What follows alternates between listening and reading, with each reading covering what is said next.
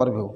এরপরে আমরা সংক্ষিপ্ত আকারে জানব এই সূরাটির কেস স্টাডি, অর্থাৎ কিছু পড়াশোনা এই সূরা সম্পর্কে।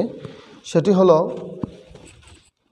ইউনূস আলাইহিস সালাতু ওয়াস সালাম তার জাতিকে দাওয়াত দিলেন, কিন্তু লোকজন তার কথায় সাড়া দিল না। তা দেখে মনক্ষুণ্ণ হলেন ইউনূস আলাইহিস সালাতু ওয়াস সালাম। সিদ্ধান্ত নিলেন অহংকারী জাতিটিকে ত্যাগ করার। তারপর চললেন এক জাহাজে, একেবারে ভিন্ন কোনো দেশে চলে যাবেন। আল্লাহ এই ব্যাপারটাকে পছন্দ করলেন না। তার ইচ্ছাতে এক বিরাট মাছ গিলে ফেললে ইউনূস আলাইহিস সালাতু ওয়াস সালামকে।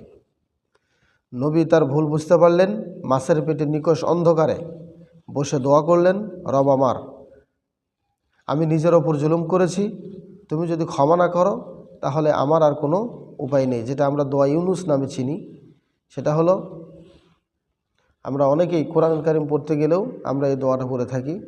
সেটা হলো, আমরা অনেক সময় কোরআন কারীমের পাতায় যে দোয়াগুলো আছে এগুলো আমরা খেয়াল করি না। এইগুলো আমাদের খেয়াল করা দরকার।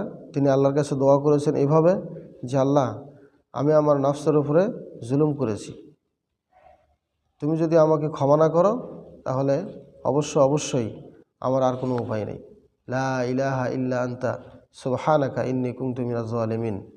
এভাবে তিনি আল্লাহর কাছে দোয়া করেছিলেন।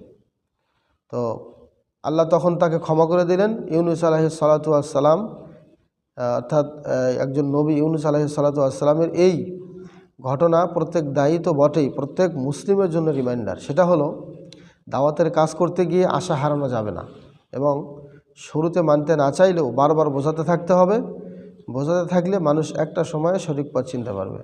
এ বিষয়ে সুনানে সহিহ আল বুখারীর 1469 নম্বর হাদিসে আরও বিস্তারিত পাওয়া যাবে, এবং শোবুল ইমানের 9716 নম্বর হাদিসে পাওয়া যাবে।